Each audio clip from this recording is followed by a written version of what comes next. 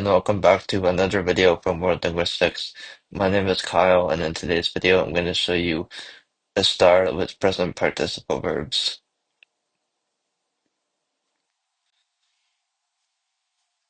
The present participle is used to describe an action that is occurring right now.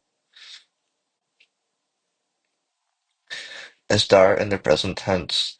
Yo estoy, tú estás, él está, ella está, usted está, nosotros y nosotras estamos, and ellos, ellas, and ustedes están.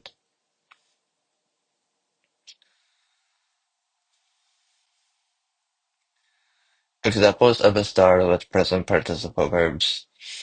Estoy dando, I am giving.